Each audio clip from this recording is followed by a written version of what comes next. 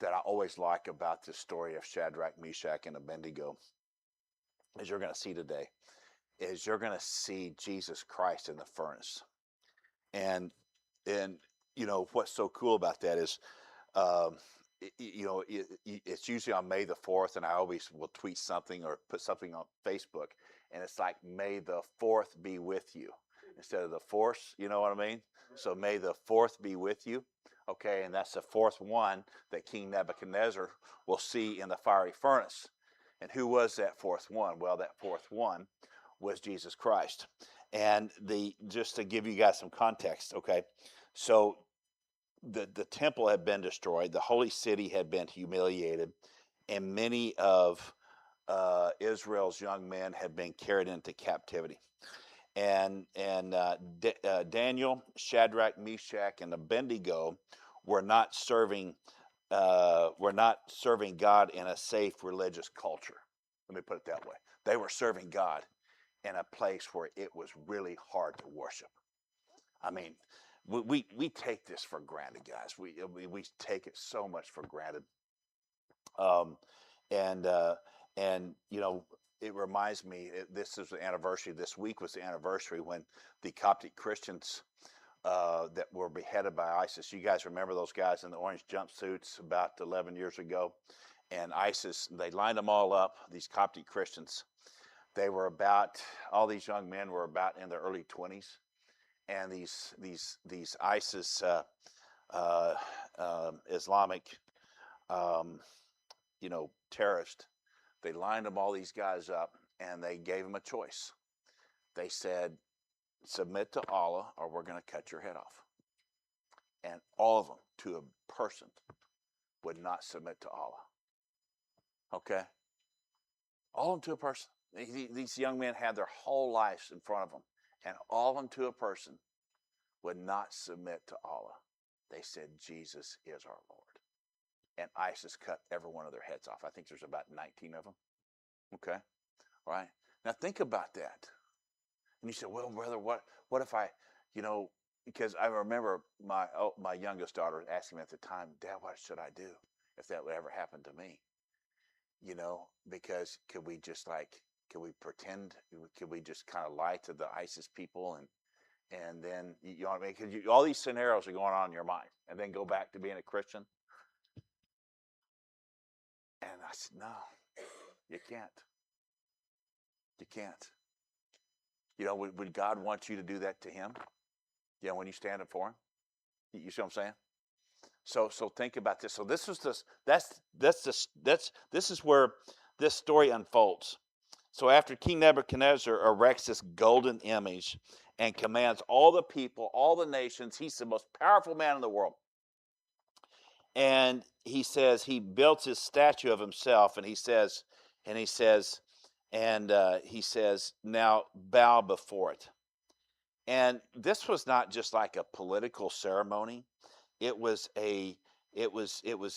something demanding outward conformity. Okay. So imagine hundreds of thousands of people all out there standing in front of this gold statue of Nebuchadnezzar. And it shows all these people. OU football game. Okay. You got about 100,000 people out there, and everybody is bound down. I mean, you can't get germs in Walmart or liquor stores, but you can get them at church, okay? And I'll never forget, I just said flat no. We're not going to shut our church down. And I'll never forget, some of the best times I've ever had in the ministry is when I would pull up my old farm truck to Indiana First Baptist Church, and I pulled it there in the street there that run that main street. And Caleb Hannabass set me up a microphone on top of there. And man, we preached up there for about 9-10 weeks, Tammy. I didn't want to go back. It was so cool. I just climb up on that truck. People would drive in their cars.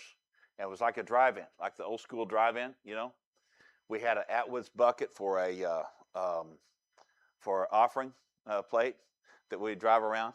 And a lot of the moms were like still in their pajamas and their coffee mugs, and so we had somebody come around with the Atwoods bucket. But I will tell you, I loved it, guys, and it was such a blessing, and it was such a blessing for our church because there are so many people just went to strictly an online service for a long time, and then we and they said, no, you can't go back in. I said, okay, come get us.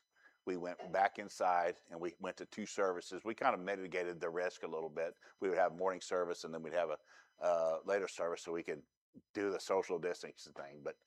But anyway, you kind of saw how Satan will try to do things in a culture, whether it's a political culture or whatever, to try to get you to do things that get you off the kingdom's message. And this is what it's there.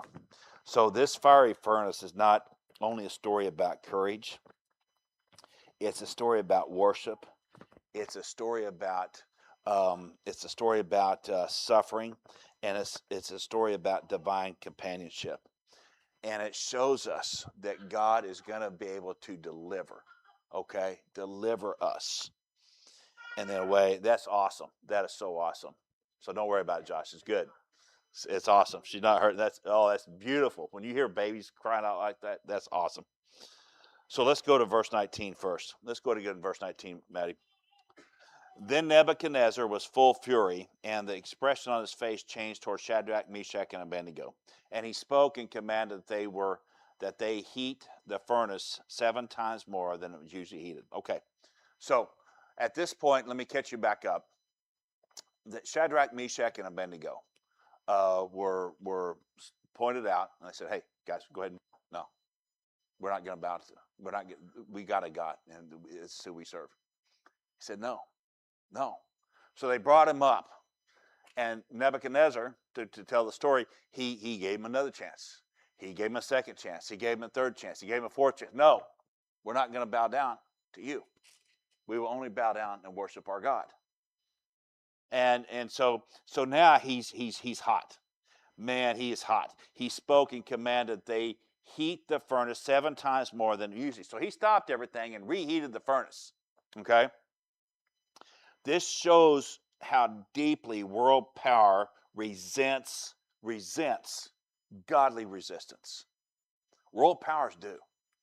They hate it when Christians, I saw a deal the other day on the news. I think her name was Margaret something from CNN or CBS, one of these, and she got on the news and she was talking about this stupid argument they throw at Christians called Christian nationalism.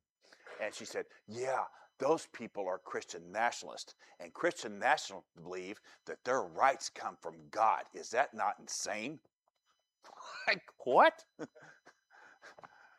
Christian nationalists believe that their rights come from God?